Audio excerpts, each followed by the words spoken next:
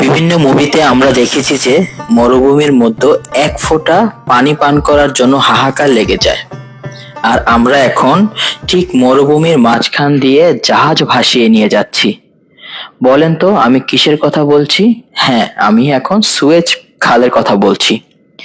আমি এখন জাহাজ নিয়ে সুয়েজ খাল পাড়ি দিচ্ছি, সাথে সুয়েজ খালের সম্পর্কে কিছু কথা আপনাদেরকে জানাবো আর সুয়েজ খাল পুরো ভিডিও করে আপনাদেরকে দেখাবো। যদি আমার পেজটিকে আপনারা ফলো এন্ড লাইক না দিয়ে থাকেন তাহলে এক্ষুনি করে ফেলুন। আসসালামু আলাইকুম ওয়া রাহমাতুল্লাহি ওয়া বারাকাতুহু। আমি Mohammad Nurul Islam Roni from my page travelling with seamen. জাহাজে চাকরি করায় সুয়েজ খাল খুব কাছ থেকে দেখার সৌভাগ্য হলো। সুয়েজ খালের চারিদিকে শুধু বালি আর বালি, কারণ মরুভূমির মাঝখান দিয়েই তৈরি করা হয়েছে এই সুয়েজ খাল। আর এই সুয়েজ খাল কিন্তু মানুষের তৈরি, মরুভূমির বালি খনন করেই এই খাল তৈরি করা হয়। প্রায় ১৫০ বছর যাবৎ ভূমধ্য সাগর ও লোহিত সাগরের মধ্যে সংযোগ স্থাপন করে চলেছে এই মিশরের সুয়েজ খাল।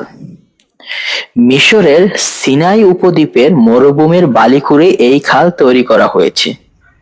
এখানে দেখা যাচ্ছে পৃথিবীর অন্যতম কিছু সুন্দর সুন্দর দৃশ্য। বিশাল বিশাল সামুদ্রিক জাহাজ ভেসে যাচ্ছে মরুভূমির মাঝখান দিয়ে। সুয়েজ খাল তৈরি হওয়ার পর ইউরোপ আর এশিয়ার বিভিন্ন দেশের মধ্যে সমুদ্রপথের দূরত্ব কমে যায় প্রায় ৬ থেকে ৭ হাজার কিলোমিটারেরও বেশি। অতীতের সমুদ্রপথে ইউরোপ থেকে সমগ্র আফ্রিকা মহাদেশ ঘুরে এশিয়া আসতে সময় লাগতো প্রায় ৪০ থেকে ৭০ দিনের মতো। আর সুয়েজ খাল তৈরি হওয়ার পর জাহাজগুলোর এই দূরত্ব অতিক্রম করতে সময় লাগে প্রায় ৩ সপ্তাহের মতো।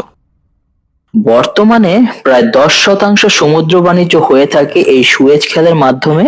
তাই সুয়েজ খাল পৃথিবীর অন্যতম এক সম্পদ আকারে রূপ নিয়েছে। শুরুতে এই খালের দৈর্ঘ্য ছিল শুধু ১৬৪ কিলোমিটার, গভীরতা ছিল শুধু ৮ মিটার। বেশ কিছু সংস্কার ও সম্প্রসারণের পর ২০১০ সালের হিসাব মতে এর দৈর্ঘ্য হয় ১৯০.৩ কিলোমিটার, গভীরতা হয় ২৪ মিটার। এই খালের সর্বনিম্ন সরু স্থানের প্রস্থ ২০৫ মিটার।